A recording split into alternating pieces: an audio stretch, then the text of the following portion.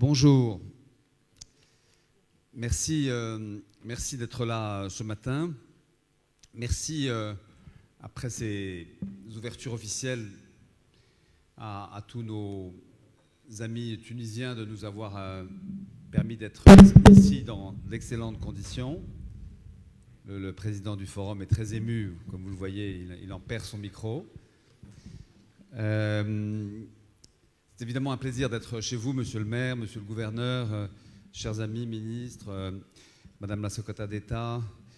Et nous allons vous parler d'Europe, qui est un sujet concernant pour la Tunisie, et de cette Europe de la mer, dont Pascal Lamy est un champion à la tête d'une mission, Starfish, qu'il va nous présenter.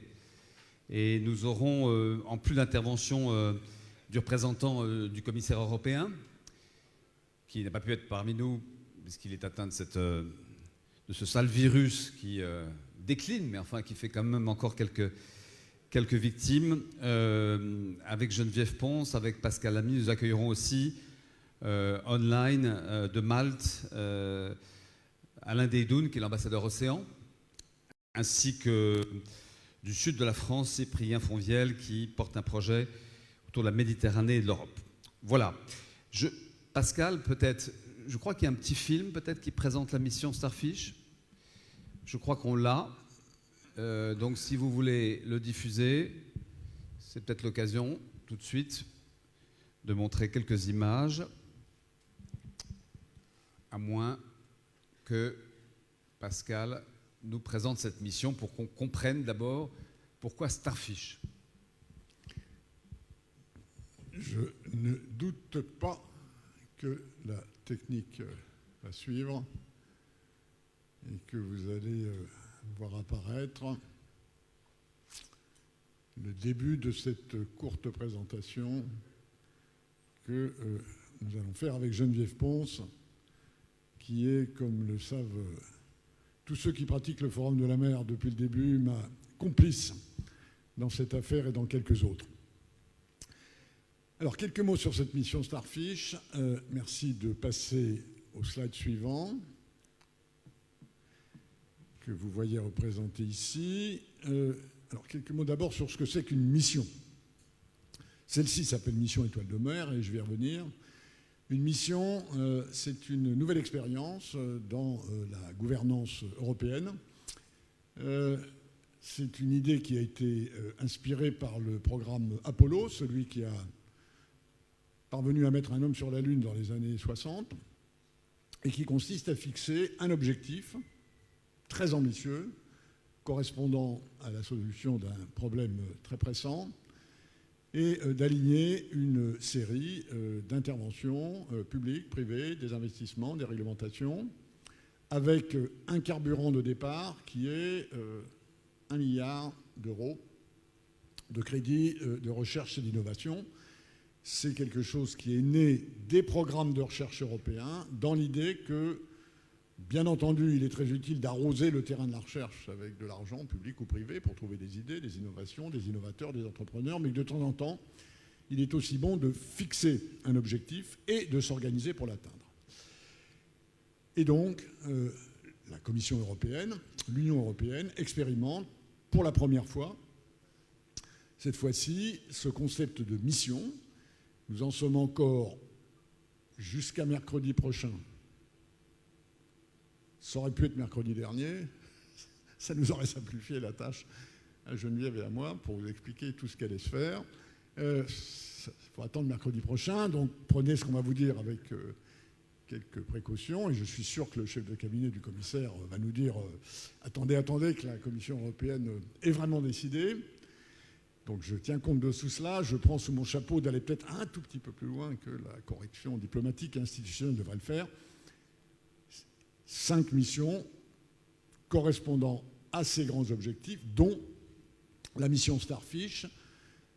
Objectif 2030, régénérer ce que nous appelons l'hydrosphère européenne, c'est-à-dire l'ensemble des milieux aquatiques européens, l'océan, la mer, les lacs, les rivières, les nappes phréatiques, etc. 5 axes pour parvenir à cet objectif extrêmement ambitieux, compte tenu de l'état de dégradation de l'hydrosphère européenne, comme d'ailleurs ailleurs dans le monde, 5 objectifs qui ont été tracés par cette mission. Je viens de vous expliquer ce que c'est. Passons au slide suivant. Ces missions ont été préparées par un board composé d'experts, dont certains d'ailleurs sont parmi nous aujourd'hui, et où Geneviève Ponce, ma complice, représentait les organisations non gouvernementales. Ce programme est un programme en 5 objectifs différents qui correspondent aux 5 branches de cette fameuse étoile de mer que nous avons pris comme symbole. Vous en voyez là l'essentiel. Chacune de ces 5 branches se décompose en un certain nombre de programmes d'action. Une branche sur les questions de connaissance, de relations émotionnelles à l'opinion de ces questions océaniques, une branche sur la régénération, une branche sur la pollution, dont on va parler dans un instant, une branche sur la décarbonation de notre économie bleue, et enfin une branche plus institutionnelle sur les questions de gouvernance, tant européenne qu'internationale, étant évident qu'on ne peut isoler l'hydrosphère européenne de l'hydrosphère du reste du monde dans cette affaire. Et donc, c'est un secteur dans lequel, il y en a quelques-uns en matière d'environnement, et notamment à la faveur de ce Green Deal, l'Europe entend exercer une forme de leadership mondial qui l'oblige elle-même à aller plus vite que les autres. Geneviève va maintenant vous expliquer en quelques mots en quoi consiste cette mission, et nous terminerons en vous expliquant ce que tout ceci signifie du point de vue du Forum de la mer sur Bizet, et notamment dans cet espace méditerranéen que j'évoquais tout à l'heure. Geneviève, à toi. Geneviève.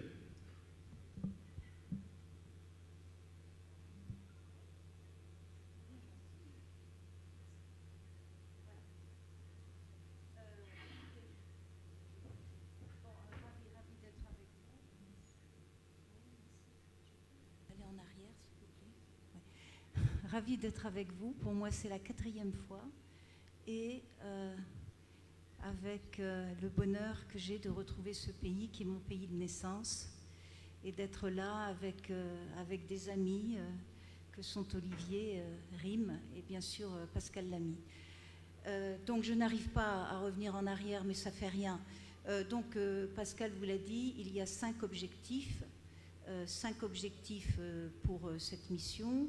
Le premier, celui que nous mettons en tête, c'est améliorer les connaissances et donc la science et les connaissances, l'éducation, l'information. C'est vraiment à la base de tout. Et donc c'est le premier objectif poursuivi. C'est un objectif très ambitieux.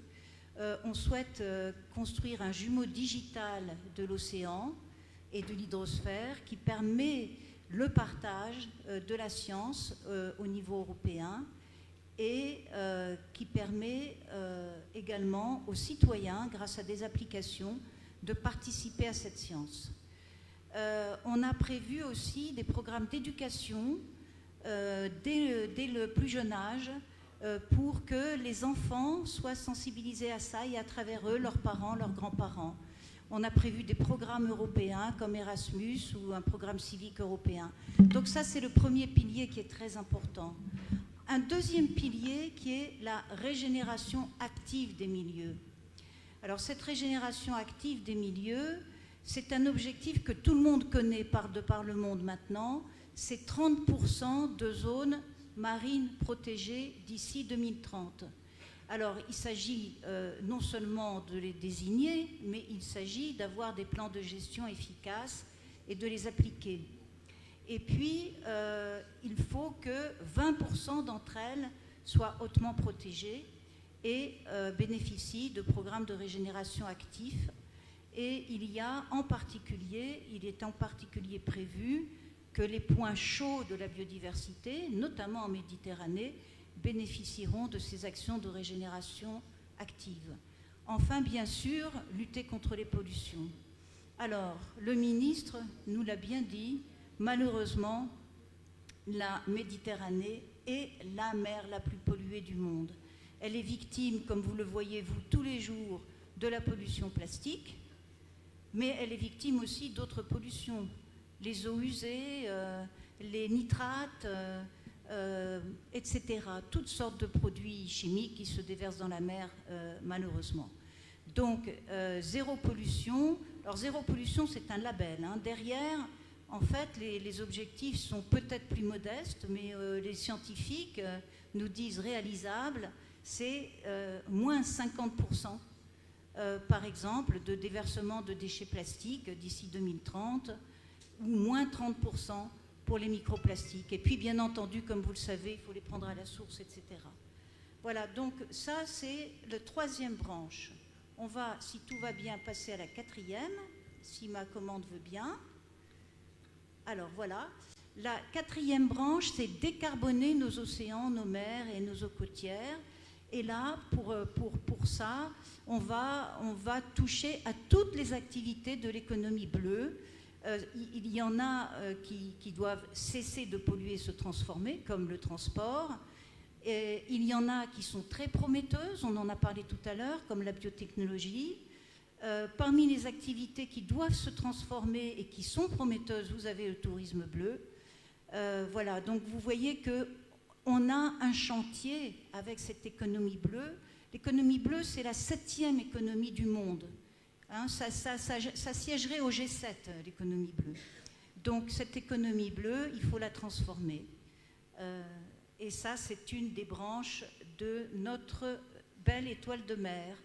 On va essayer de passer à la suivante, mais c'est un peu récalcitrant.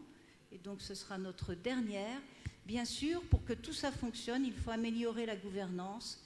Et donc nous proposons un système européen intégré et participatif de gouvernance des océans et de l'eau. Nous proposons, alors je dis nous proposons, et je dois clarifier, nous proposons par exemple une agence européenne des océans et des eaux. Je ne suis pas du tout sûre que la Commission européenne, qui va décider dans une semaine, retiendra cette idée. Marius va nous dire ça tout de suite. Voilà, il va nous le dire tout de suite. En revanche, ce qui sera retenu, c'est cette idée qu'il faut mieux coordonner. Donc il faut beaucoup mieux coordonner. Et puis aussi, l'autre idée qu'il faut retenir, je pense que la Commission européenne la retiendra, c'est cette idée qu'il faut associer tout le monde. C'est ensemble qu'on le fait. Donc c'est l'idée d'un forum européen. Et puis aussi, la gouvernance, c'est la gouvernance au niveau mondial. Et donc là, c'est l'affirmation d'un leadership européen pour que ça se passe mieux ailleurs et que ça se passe mieux sur le plan international. Le commissaire Sinkevičius est très engagé là-dedans. On a la chance de travailler avec lui sur beaucoup de dossiers, par exemple la protection de l'océan austral. Donc ce n'est pas de ça que nous parlera Marius tout à l'heure, mais il y a beaucoup de chantiers de par le monde où l'Europe peut faire la différence. Et c'est bien entendu le cas aussi, et puis on va peut-être dire aujourd'hui, tout d'abord en Méditerranée. Voilà, donc pour cela, je vous le disais, il faut s'engager. Là, vous voyez que nous avons fait des événements citoyens qui ont engagé les citoyens un peu partout en Europe. Mais désormais, ce dont on va parler aujourd'hui, c'est ce qui permet de nous unir de part et d'autre de la Méditerranée. Il y a déjà de multiples partenariats existants. Nous avons parmi nous le président de l'Union pour la Méditerranée, avec qui nous avons déjà pu parler ce matin. Il y a plusieurs programmes qui unissent l'Union européenne, des organisations comme l'Union pour la Méditerranée, l'UNEP, l'ONUDI, etc., et les États riverains du Nord et du Sud. Donc tous ces projets existent, et l'idée que nous avons dans la mission, que la Commission confirmera ou pas, nous le verrons, c'est le suspense dans une semaine, c'est d'appuyer sur ces partenariats un nouvel élan, un nouvel essor, et de le faire à travers un projet phare qui, en Méditerranée, s'adresserait tout d'abord à la pollution. Donc ça serait un projet phare consacré à la lutte contre la pollution, auquel seraient associées toutes les parties prenantes, c'est-à-dire les États riverains du Nord et du Sud, et les organisations internationales dont j'ai parlé tout à l'heure, et qui permettraient d'agir ensemble sur la base des programmes existants pour s'attaquer tout d'abord à la pollution plastique, qui est la plus terrible en Méditerranée, et ensuite s'adresser aux autres pollutions. Il faudrait que tous ces acteurs se mettent d'accord, et ils pourraient se mettre d'accord autour d'un programme déjà l'année prochaine, et puis ensuite qu'ils se fixent des objectifs comme le développement d'innovations dans les domaines dont nous avons parlé et qui pourraient être partagés entre États riverains en mettant l'accent, bien sûr, sur les expériences qui sont les plus remarquables qui ont été menées par ces programmes, par ces organisations, par ces États. Donc c'est un partage. Et là, comme au niveau de l'Union européenne, l'idée c'est de partager la science et donc d'avoir une mise en commun par une plateforme digitale de cette science et la possibilité pour les citoyens et toutes les parties prenantes d'en faire partie. Voilà, merci beaucoup pour votre attention. Merci beaucoup Geneviève. On va faire durer le suspense. Donc, je comprends quand même que donc, le montant, et si la Commission l'accorde, c'est d'1 milliard, c'est ça Pascal ? 1 milliard d'euros, et qu'il y aura donc des crédits qui pourraient être dédiés à ce programme européen méditerranéen dont parle Geneviève. Normalement, c'est l'ordre de grandeur de la contribution du budget européen consacré à la recherche et l'innovation entre les années 2021 et l'année 2030. Donc ce programme se déroulera, si tout se passe bien la semaine prochaine, ce programme se déroulera, commencera effectivement début 22, se déroulera selon un plan qui a été mis au point entre 2022 et 2030, et c'est sur cette période que le milliard de crédits de recherche et d'innovation que j'évoquais sera affecté aux différentes étapes du programme. Évidemment, ça représente une espèce de saut d'un ordre de grandeur sans précédent en matière de recherche et d'innovation. Et nous, comme Geneviève vous l'a montré, il y a pour la Méditerranée, de même qu'il y aura pour la Baltique, de même qu'il y aura pour l'Atlantique, de même qu'il y aura pour les pays d'Europe centrale qui sont des pays non maritimes, mais pour qui les questions aquatiques, notamment de lacs, de rivières, sont très importantes. Il y aura des pôles, et cette espèce de phare que vous avez vu sur l'image est un peu l'idée qui résumera cette idée de mettre ensemble des coopérations existantes et surtout de les porter à un niveau de vigueur et d'action supplémentaire. Alors, Pascal, vous avez fort bien répondu, mais pas complètement à ma question. Il y aura donc des moyens dédiés à la coopération avec des pays de la Méditerranée. Bien entendu, puisque l'Union européenne n'a pas attendu le programme Starfish pour démarrer un certain nombre de coopérations. Il y en a d'ailleurs, on l'a vu dans le cadre de l'Union pour la Méditerranée, il y en a des coopérations bilatérales. Ce que nous allons faire, je rappelle ceci, ce que nous allons faire, c'est de prendre tout cela et de le monter à un niveau supérieur. Pourquoi ? Tout simplement parce qu'il faut accélérer. D'accord. Donc ce sont de bonnes nouvelles, j'espère, pour la secrétaire générale des Affaires maritimes, qui ne manquera pas de revenir vers vous. D'ailleurs, nous allons prendre en otage pendant toute la semaine le chef de cabinet du commissaire, donc il sera confiné ici en Tunisie jusqu'à ce qu'une réponse positive sorte de cette prise d'otage. Mais avant, nous allons demander à notre ami Alan Deidoun qui nous parle de La Valette. Alan est ambassadeur pour les océans et nous sommes heureux de vous accueillir. Vous êtes membre de la mission, you are member of the Starfish mission.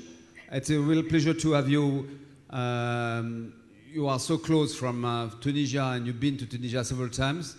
So the floor is yours. Yes, thank you, Olivier. I'm sorry I couldn't be physically with you. Thank you for the invitation. And as you rightly said, here in Malta, we are closer than you might think. You might think 400 kilometers to your southeast, to the Shlok, as we say in Maltese, which is very close to Arabic. Merba, Bibi Kolla, Din Tunis, nejdu aħna l-Maltin, tgħidu intom Malta ħanina u bżgħu sittina. I guess some of the participants visiting there have understood what I've said. There has always been a large Maltese community living in Tunisia. So we are very close.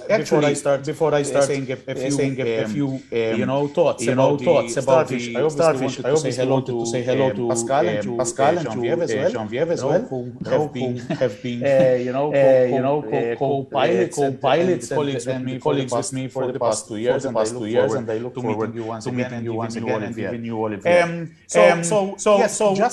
Just today, this evening, there will be actually a very important event being organized by the EU for Ocean Coalition, which is an ocean literacy coalition which is driven by the EU Commission, whereby we'll have three activities happening at the same time: Malta, Bizerte, and Venice. We will have even the participation of our environment and our former EU Commissioner for the Environment and Maritime Affairs, Carmen Novella. This again reinforces the point that I've made, that we are actually closer than we might think.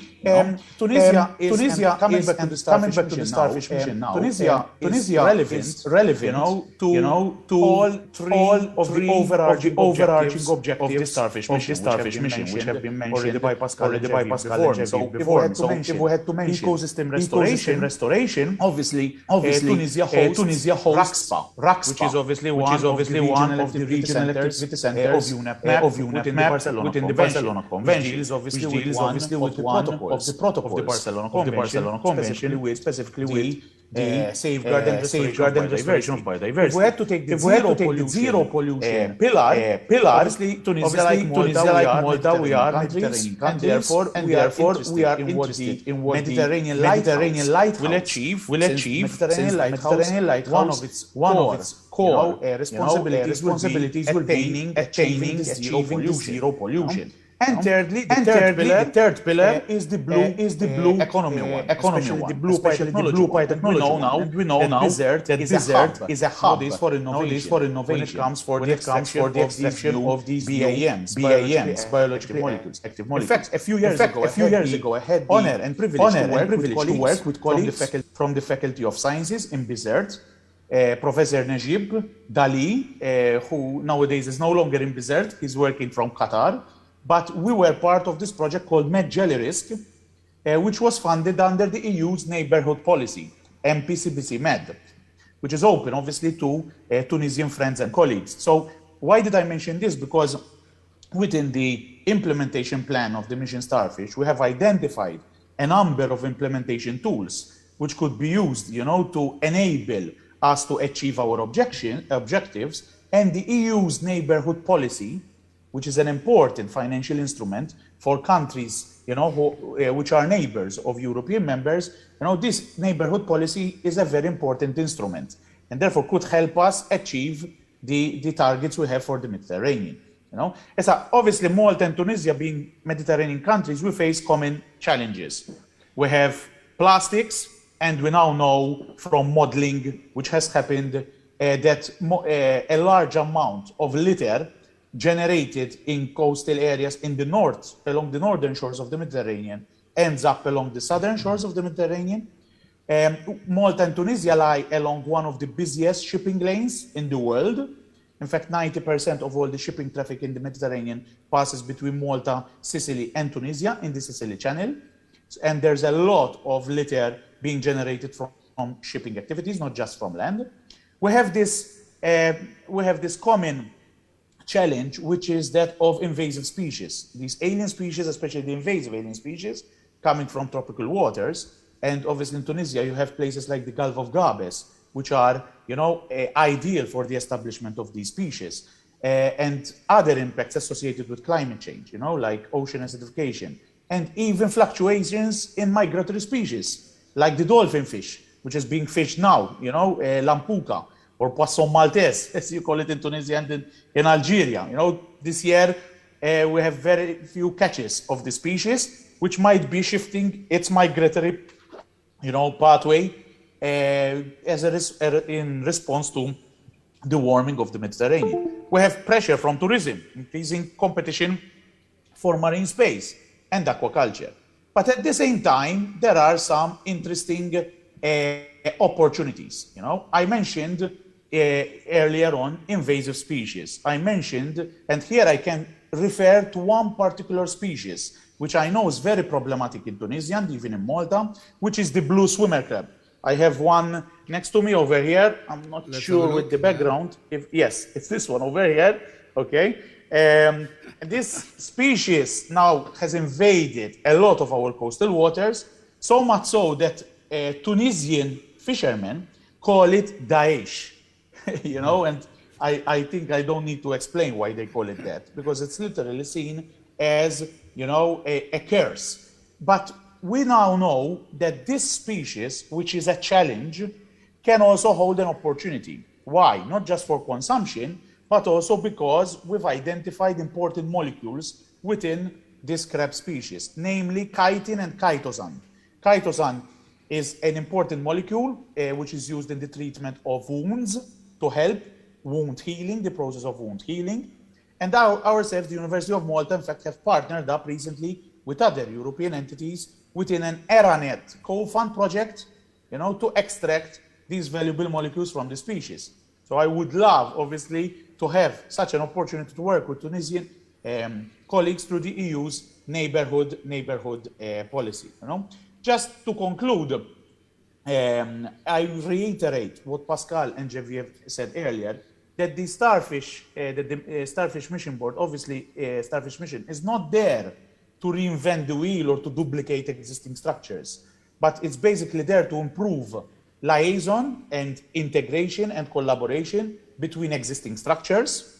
We have obviously the Regional Sea Convention framework within the Mediterranean, which is very inclusive, under UNEP-MEP, the Barcelona Convention. The Mediterranean was the first regional sea to have such a regional sea convention, But there's the Green Med initiative by the Union for the Mediterranean, And there's a lot of examples of good practice, like SAMED, SwitchMed projects, and so on. And we've listed all of these in our Mission Board implementation plan, And our goal as well, besides improving liaison between the existing structures, is also to facilitate implementation of shared goals by enabling access to the necessary financial and infrastructural tools. So the Mission Board is there as an enabler and to unlock untapped potential. So I think it's interesting times ahead.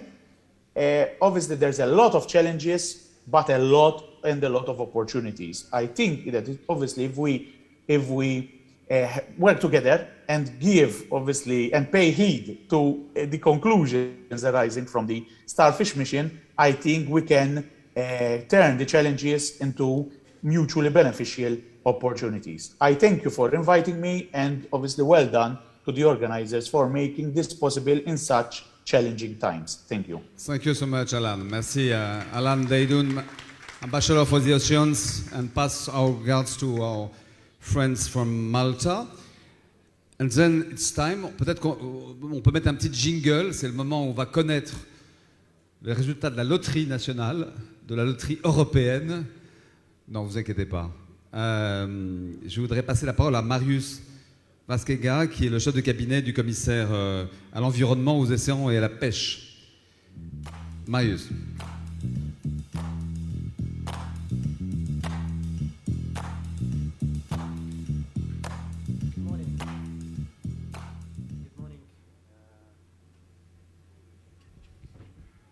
Tant que vous n'avez pas annoncé la somme, le micro ne marche pas. Hein. Good morning everyone, and I'm very happy to be here in Bizerte for the first time. Unfortunately, not for a week, as you were referring. I will be staying shorter, but I hope really to to enjoy, and so far it's a really great event to participate in. First of all, I think I would like to thank you, Pascal Lamy, on behalf of Commissioner, for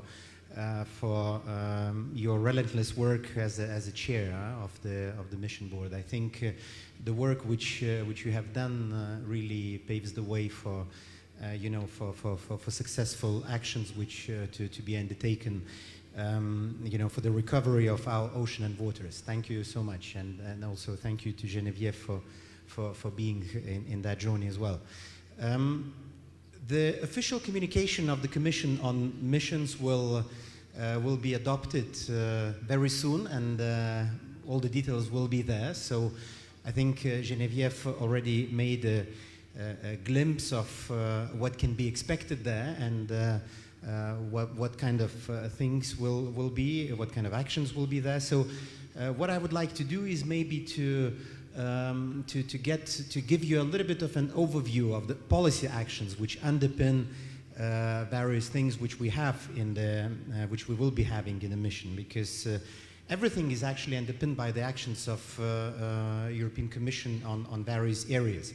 For example, blue economy was mentioned on a number of occasions, and understand that Bizerte is also a place, a strong hub of blue economy, and rather recently we have adopted our new approach on sustainable blue economy, because blue economy is an important economic sector for the ports, an important economic sector for the coastal regions, but at the same time we know that in the blue economy there is a big competition for space, big competition for resources, which can lead to overexploitation of resources, and we have to approach it differently. We have to approach it in a more sustainable way, and with this strategy we certainly try to do that.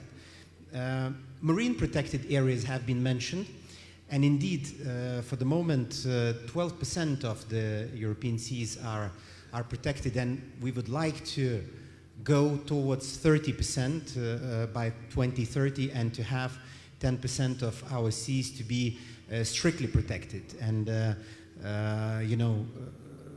Mediterranean as a whole, the MedFish Forever Ministerial Declaration, Barcelona Conventions, all these are the tools to also strengthen the marine protected areas of the Mediterranean.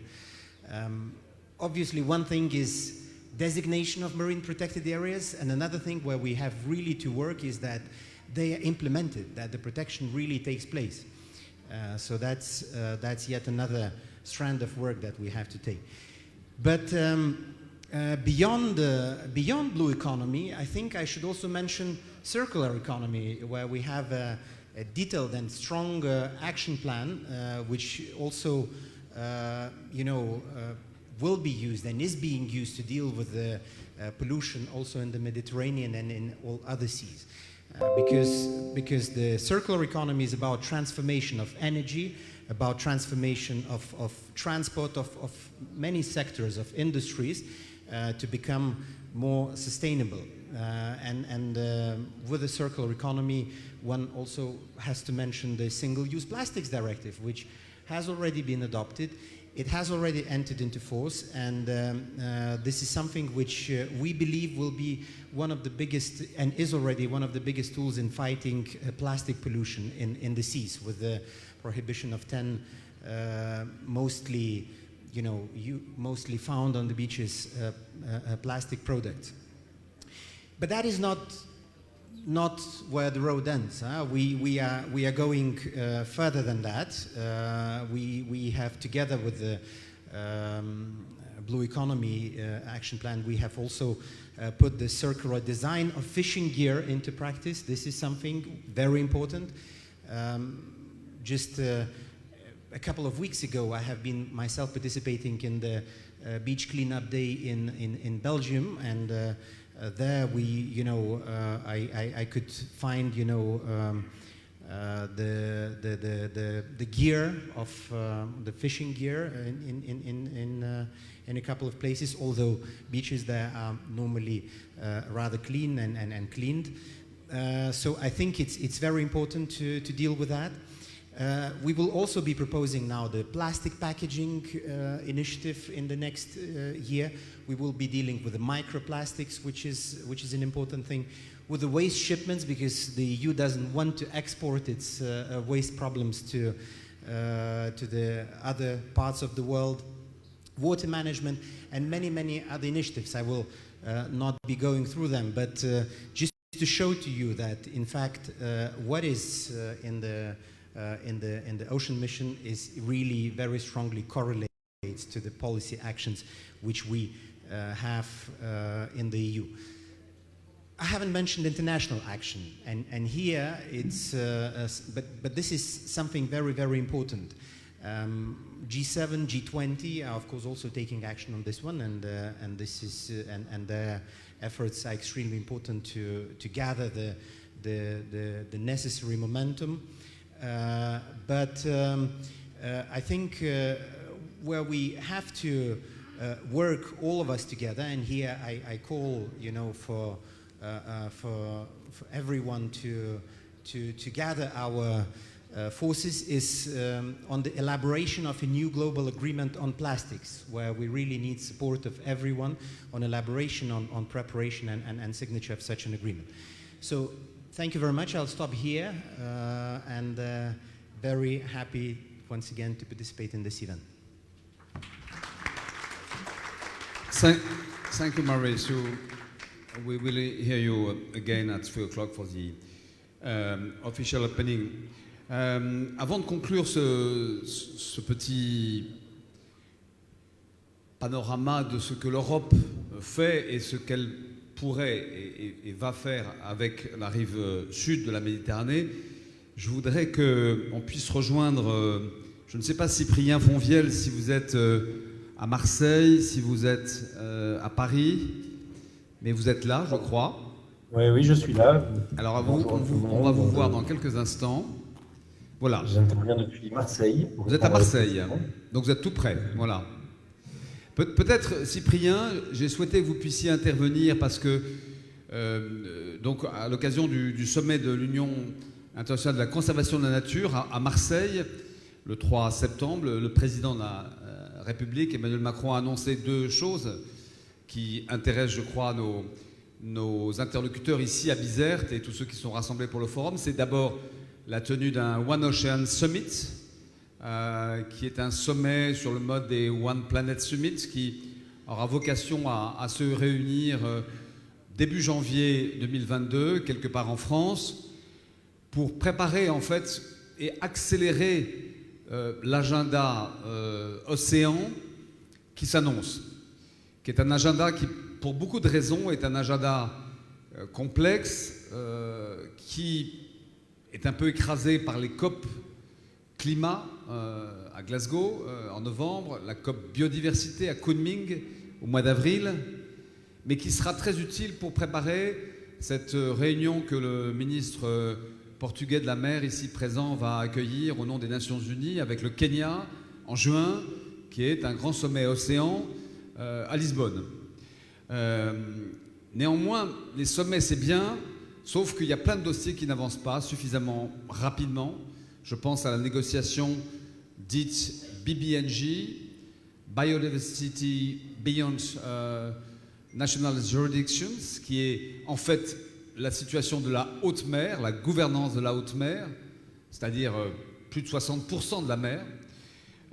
On parle d'une prochaine réunion au mois de mars à New York, une 4e réunion qui ne serait pas conclusive nécessairement. Et nous souhaitons, nous, Français, avec d'autres, je pense notamment à nos amis portugais, nos amis kenyans qui organisent ce sommet de l'océan, mais aussi avec la République de Palau qui va organiser en février un sommet océan aussi, et d'autres acteurs, dont l'Union européenne, pouvoir créer des coalitions avancées dans la négociation pour accélérer ce calendrier, pour que cette gouvernance de la haute mer soit plus vite prise en compte, pour que le partage de connaissances avec des projets, je pense notamment à Mercator Océan, puisse être une réalité, ce jumeau digital de l'océan dont parlait Pascal Lamy, qui nous permettra de travailler sur l'océan version numérique. Mais les sujets sont très nombreux, vous l'avez dit, la question du plastique, C'est seulement en février qu'il y aura une réunion à Nairobi pour décider si oui ou non il faut lancer ce traité de pollution contre le plastique et le microplastique. Vous voyez, donc les échanges sont longues et notre souhait à nous, donc avec le One Ocean Summit, est d'accélérer cet agenda. Ça, c'était le premier élément. Et le deuxième élément d'annonce du président de la République, Cyprien, c'est votre projet dont j'aimerais que vous nous parliez maintenant. Merci beaucoup de me donner l'opportunité de pouvoir présenter ce projet. C'est un projet qui est construit depuis 2 ans avec de nombreux acteurs du bassin méditerranéen, côté rive nord et côté rive sud, et qui a vocation à mobiliser les populations. Effectivement, les questions liées au dérèglement climatique et à la chute de la biodiversité revêtent une importance toute particulière pour l'ensemble de la planète, mais peut-être encore plus urgente pour le bassin méditerranéen, de par ses spécificités, le dérèglement climatique, la hausse des températures et la chute de la biodiversité, avec les problématiques de pollution qui ont été évoquées depuis tout à l'heure, font certainement du bassin méditerranéen un laboratoire pour le monde. Nous allons devoir accompagner des règlements importants avant une grande partie des autres territoires situés sur la planète. Et ce qui se joue dans les prochaines années est extrêmement important. Alors là, j'enfonce un peu des portes ouvertes, tout le monde en a conscience. Ça rejoint votre intervention et votre volonté exprimée de voir s'accélérer le calendrier. Il nous semble nécessaire, pour que ce calendrier puisse s'accélérer, d'arriver à mobiliser les acteurs méditerranéens, la population méditerranéenne, pour qu'elle puisse accompagner les politiques publiques, permettre leur mise en œuvre rapide, mais également accompagner la mutation économique qui doit être liée.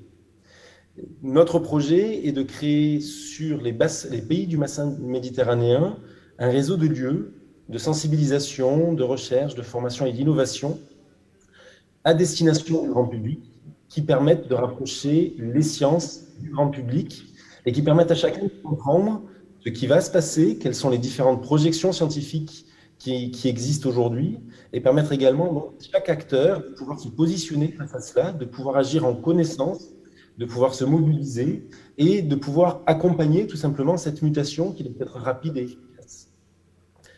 L'annonce du président de la République concerne une impulsion donnée sur ce projet qui n'aurait pas vu le jour sans le soutien d'Olivier Pavard-Darvor, que je salue, et Karim Amellal également, qui est présent, je le sais, à Bizerte, qui ont été de vrais soutiens pour la mise en œuvre de ce projet, et sans l'accompagnement de Christophe Madrol, que je salue aussi, vice-président du Conseil régional Sud-Provence-Alpes-Côte d'Azur, qui est présent dans la salle. C'est vraiment un projet collaboratif qui a commencé à se monter et qui va donner, avant 2026 ou en 2026 ou plus tard, à la création du premier de ces lieux sur la ville de Marseille. Et nous avons déjà commencé à travailler avec d'autres pays méditerranéens, avec d'autres acteurs des pays méditerranéens. D'abord des acteurs de la recherche et de la formation universitaire, également des acteurs éducatifs. Et puis nous allons élargir, bien entendu, ces contacts et ces partenariats pour pouvoir discuter avec les acteurs institutionnels, publics et privés, et essayer de voir comment, ensemble, arriver à créer ce réseau de lieux de mobilisation. Donc ce lieu sera donc ni un musée, ni un centre culturel, ni un centre de recherche, mais tout ça à la fois et plus encore. L'objectif est vraiment d'arriver à réunir dans un lieu symbolique. On s'appuie là-dessus sur la lecture de l'histoire de nos sociétés. Alors, nos sociétés ont dû muter avec des mutations rapides. Elles ont su à chaque fois créer des lieux symboliques, que ce soit des lieux religieux, des lieux culturels. L'Empire grec s'est appuyé sur les enceintes sportives également pour faire bouger sa population et transmettre un certain nombre de choses à sa population.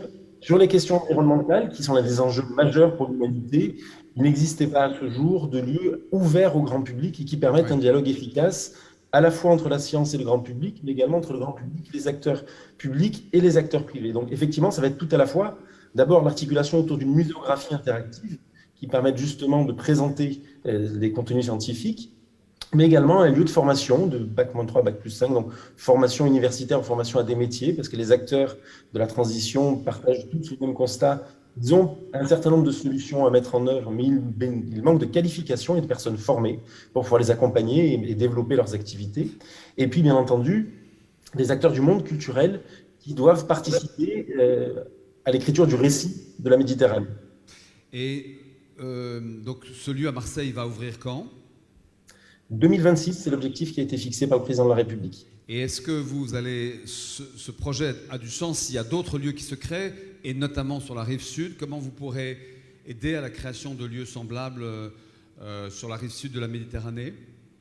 Alors, déjà, l'idée, si vous voulez, c'est que le socle de notre approche, je vous le disais, est un socle pédagogique et scientifique, que notre conseil scientifique est donc constitué de chercheurs et de pédagogues issus de différents pays du bassin méditerranéen.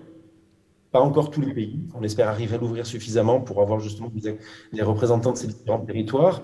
Et à partir de ce contenu-là et de l'expérience qui est la nôtre, l'objectif est déjà de repérer des acteurs et des territoires et des pays donc, qui ont la volonté eux aussi de développer des lieux à proximité, à destination de leur population et les accompagner dans la mise en œuvre de ces projets. Vous parlez de la relation à l'Europe. Dans le cadre de projets euro-méditerranéens, bien entendu, ces projets-là ont tout leur sens. J'imagine que vous travaillez déjà avec l'Union pour la Méditerranée, dont Nasser Kamel, le secrétaire général, est parmi nous.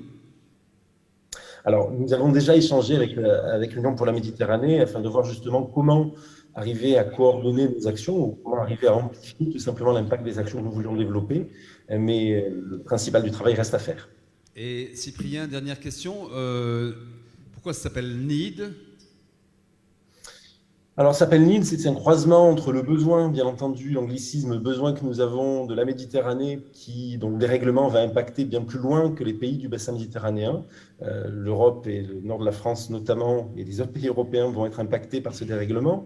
Et c'est aussi tout simplement parce que nous souhaitions créer un lieu d'une forme nouvelle qui n'existe pas aujourd'hui, que nous avions appelé muséum, donc muséum d'éducation à l'environnement, au développement durable et à l'écologie, en sachant que cette NEED est donc maintenant la structure porteuse et que le président de la République a souhaité donner un nom plus large, qui est le projet Odysseo, pour qu'il puisse embrasser plus largement les pays du bassin méditerranéen. Merci beaucoup, Cyprien. Est-ce qu'il fait beau à Merci Marseille ? Très beau. C'est vrai ? Bon, on a le même temps. On va demander à Pascal de conclure cet échange sur l'Europe et la Méditerranée. Merci, Olivier. En un mot, j'ai dit tout à l'heure en introduction, avec Rim, que dans mon esprit, un des objectifs du Forum mondial de la mer de Bizerte, c'était d'obtenir des résultats. Encore une fois, ce n'est pas seulement de se parler, ce n'est pas seulement d'apprendre les uns des autres, ce n'est pas seulement d'écouter les experts, d'identifier des enjeux, c'est d'essayer d'apporter des solutions. Et je voudrais prendre cet exemple des conclusions probables de la mission Starfish pour incarner cette idée que ce sont des résultats. Cette mission Starfish, c'est 2 ans et demi de travail qui ont commencé 1 an et demi après le premier forum de la mer de Bizerte.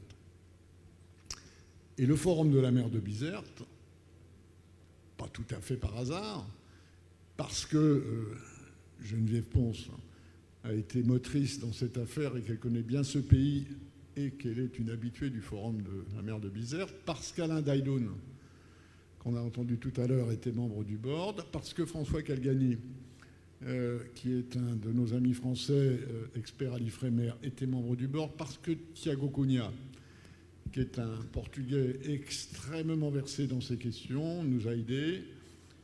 Tout ça fait que cette idée d'un projet phare pour la Méditerranée, inspiré par tout ce qui s'est passé à Bizerte jusqu'à présent, a pris corps.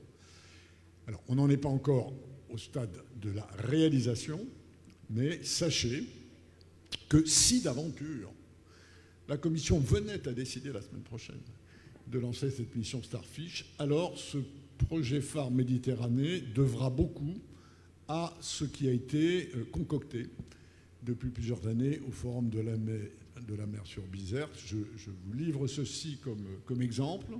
Évidemment, il y a là un potentiel de progrès, un potentiel d'accélération, un potentiel de coalition, dont j'espère que si, Inch'Allah, l'année prochaine, nous nous retrouverons, nous pourrons nous féliciter ensemble tout en continuant à travailler.